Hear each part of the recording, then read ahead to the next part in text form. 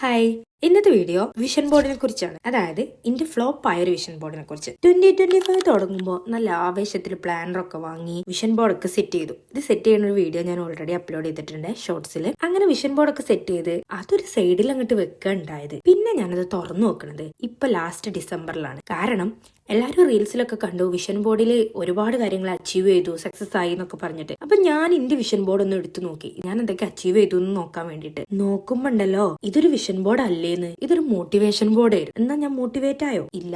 ഞാനത് തുറന്നു നോക്കിയോ? ഇല്ല. Motivation is temporary, discipline is permanent എന്നാണല്ലോ. അതുകൊണ്ട് തന്നെ ഒരിക്കലും ഒരു മോട്ടിവേഷൻ ബോർഡ് ഉണ്ടാക്കിയെന്ന് വെച്ചിട്ട് നമ്മൾ മോട്ടിവേറ്റ് ആവൂല.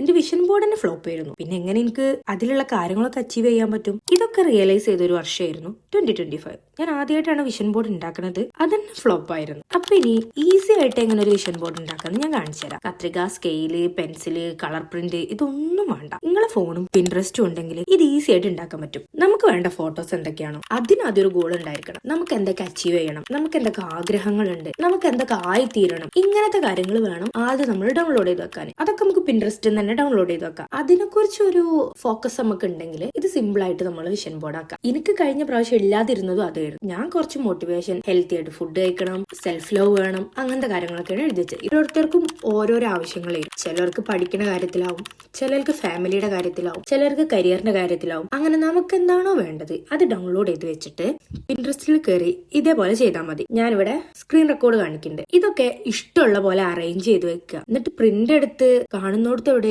നമുക്ക് തൂക്കിയിടേ ഒട്ടിച്ചു വെക്കുകയോ ചെയ്യാം. ഇല്ലേ ഫോണിന്റെ വാൾപേപ്പർ ആക്കി ഇടാം. ഇതൊക്കെ ചെയ്യാം. എന്നിട്ട് ഇതൊക്കെ കഴിഞ്ഞിട്ട് ഇന്റെ പോലെ ആ വഴിക്ക് തിരിഞ്ഞു നോക്കാതെ നിൽക്കരുത്. Your hard work never disappoint you. So നമ്മൾ ഹാർഡ് വർക്ക് ചെയ്താലേ ഈ വിഷൻ ബോർഡ് നമുക്ക് സക്സസ് ആവുള്ളൂ. വീണ്ടും കാണാം. ബൈ.